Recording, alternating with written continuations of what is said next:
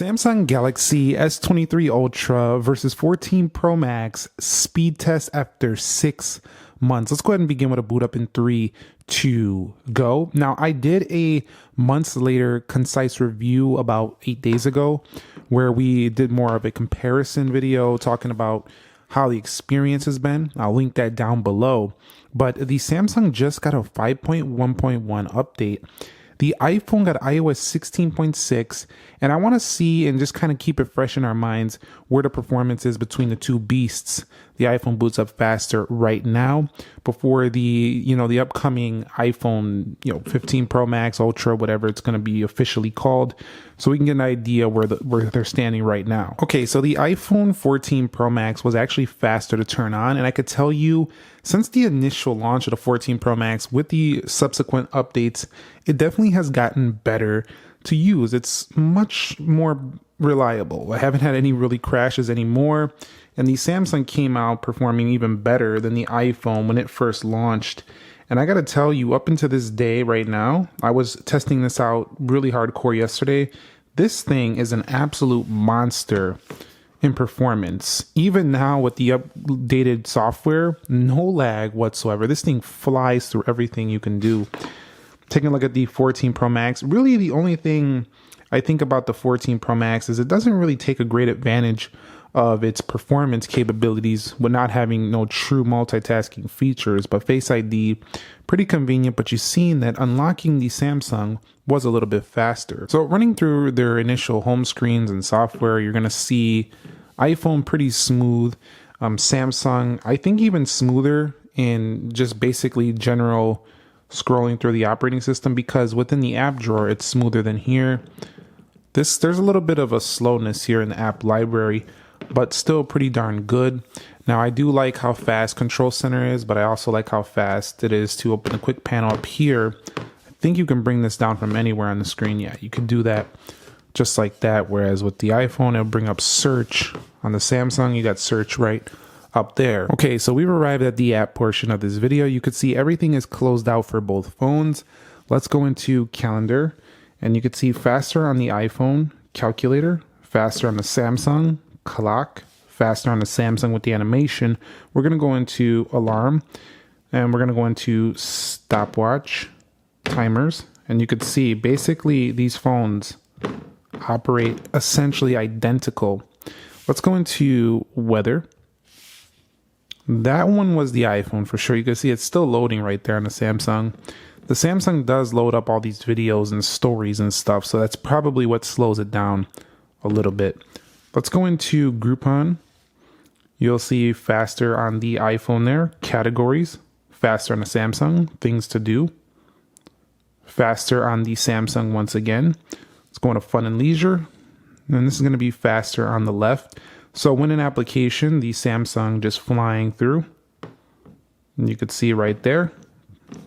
Now you see that scroll still blazing fast on the Samsung, smoother on the iPhone. Now personally, I prefer the iPhone scroll there simply because that scroll is more, something I'm going to see. I can't really see what's happening when it's flying that fast on the left. But the App Store looked to have opened slower than the Play Store. Things are opening just a little slower on the App Store. You could see the Samsung quicker here within Google Play. Let's go into X, and you'll see X there first on the left. We'll go to Profile, and you'll see on the left. Let's go into Instagram. Instagram, first there. That might have been the Samsung, although they were loading up different content. You could see when an application. By the way, that was a super wide angle selfie photo on the Z Fold 5. You could actually use the cover screen to get this ultra wide angle. It's pretty cool. Let's go into this SE post. So the Samsung has quicker animations, as you'll see, whereas the iPhone's still trying to look a little buttery smooth and stuff with it. Trying to look a little smooth with it, where the Samsung still quicker. Let's go into Amazon. And one thing I did notice is that the iPhone has been getting better at not crashing no apps over these updates we've been getting. So no apps really crash anymore. I had a few apps crash during my time in the beginning stages of using the iPhone 14 Pro Max. And so Dead Trigger did load up first there on the iPhone 14 Pro Max. Let's hit play. and you'll see faster there on the 14 Pro Max. So the gaming, while I don't think it's a big deal that it loads a little faster, I do think the Samsung has better sustained performance. Some applications still load quicker to launch the games on the iPhone. Let's go into Asphalt 9. Let's see if Samsung can shut me up here. Usually it does, and you'll see Samsung faster there, shutting me up right away. And I do prefer gaming on the Samsung as well, mostly because I don't like this in my games.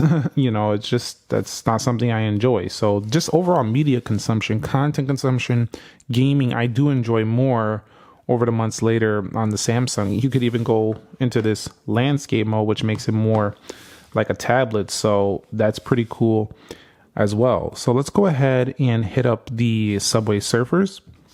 See what's rocking out here. Faster to load there for the iPhone by a sliver. But see, here's the thing. If the iPhone 14 Pro Max is right there with the Samsung S23 Ultra, which is a newer phone, I do think that the next iPhone is going to leapfrog the S23 Ultra. I don't think it's going to be better in every way, but I do think it's going to leapfrog it in performance. So I am super excited to see what happens in this upcoming. Just stay tuned, be subscribed, because once we get that 15 Pro Max or Ultra, whatever it is, these are the first boys going head to head. You already know. We got to put the kings up against each other. So be subscribed for that. It's going to be interesting to see who wins it out there. Here in Temple Run, about the same. Let's go into Call of Duty. And I know some people say, look, man, why are you opening those games that the cheapest smartphones can open? Is because I play some of these cheap games when I'm trying to pass the time. That's why I got the Call of Duty for those of you who want to open something a little bit more heavy on the day-to-day. And you can see Call of Duty looks like it is going to load up first here for maybe the Samsung. So no, it was the Apple device. So the Samsung had to ask for their account. So the Apple device went right in. So Apple a little quicker. Once in game, once again, this is going to come down to which one can sustain the performance better. But again, you know, I do like the squared feel here. It just gives it kind of a grip to hold on to. Kind of reminds you of a little gaming system. Now the iPhone, also pretty good if you're doing some gaming like this. It's got some solid grip too, but it doesn't sustain its performance as long, and the screen can dim over heavier use for a longer period. Let's go into Geekbench 6. You'll see Geekbench 6 faster there on the right, and then we'll hit up 3D Mark here. 3D Mark faster on the right. Camera, that was the iPhone. So essentially, you know, you have basically two phones that are neck and neck in performance. I think the iPhone actually has gotten better since its previous updates. It's performing a little nicer now than my earlier speed test with these two, where the Samsung was just winning in everything. So Apple's iPhone actually got better over these past updates.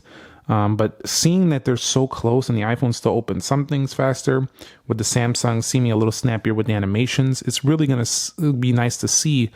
Does the 3nm A17 leapfrog this Galaxy S23 Ultra with its Snapdragon 8 Gen 2 CPU? So let's go ahead and take a look at their RAM management or app switching, going back through the applications.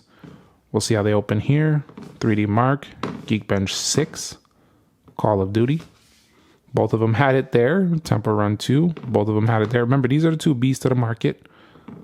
Samsung a little faster to launch that open. Both of them doing the same thing in Asphalt 9.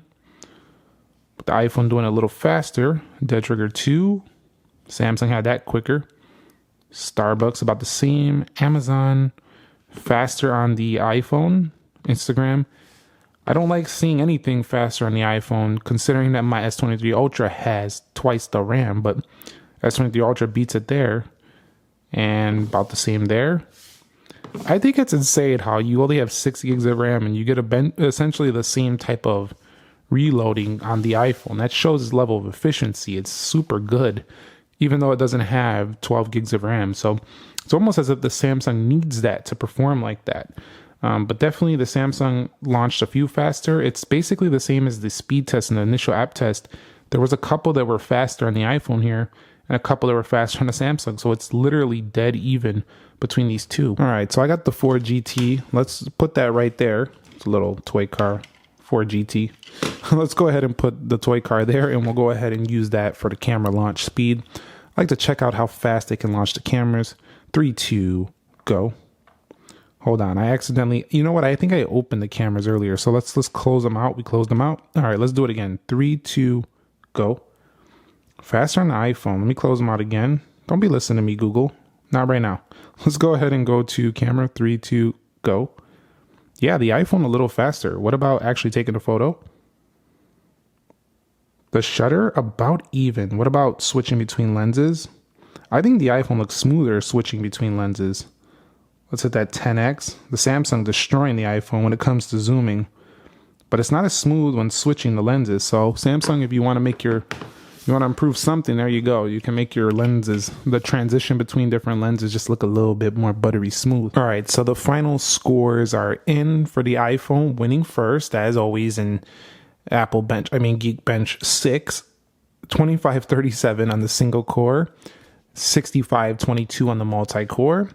And then you could see the Samsung behind here on both scores. However, you know, the 3D Mark has shown us before that we get better scores for the Samsung within that test.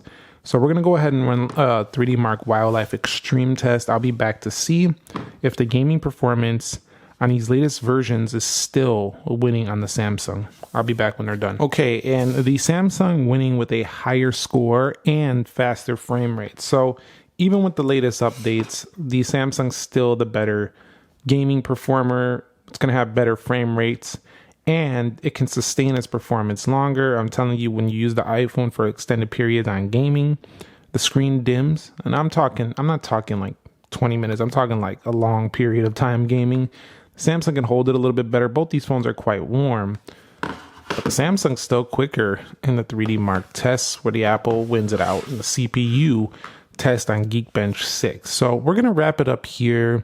What is the overall statement I have to make on this after 6 months? 16.6, the latest One UI version over here. And it's this. It's that the Samsung phone is still a little bit more powerful when it comes to the gaming.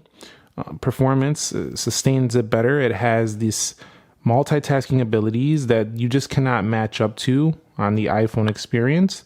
So Apple doesn't really take a great advantage of its power. And I think it's smoother in terms of the app drawer versus the app library. It has faster face unlock right here. It's just a super powerful Samsung device. And the iPhone is still, I think, a little bit smoother. I think Apple needs to, or not Apple, Samsung can work on making their phones, maybe even give us a little feature in the settings where we can have like a buttery smooth animation. I know you can go developer options 1.5x. Now, I'm not talking about that. I'm talking about Samsung implementing smoother animations all around the board while retaining its very fast performance. So that's my final take on them. I think the iPhone 15 Pro Max and Ultra are going to take down this phone. We'll have to see next month. So I'll see you then. Thumbs up if you enjoyed it. Subscribe if you haven't already. I'll catch you on the next video. Nick here. Be sure to be well, and peace.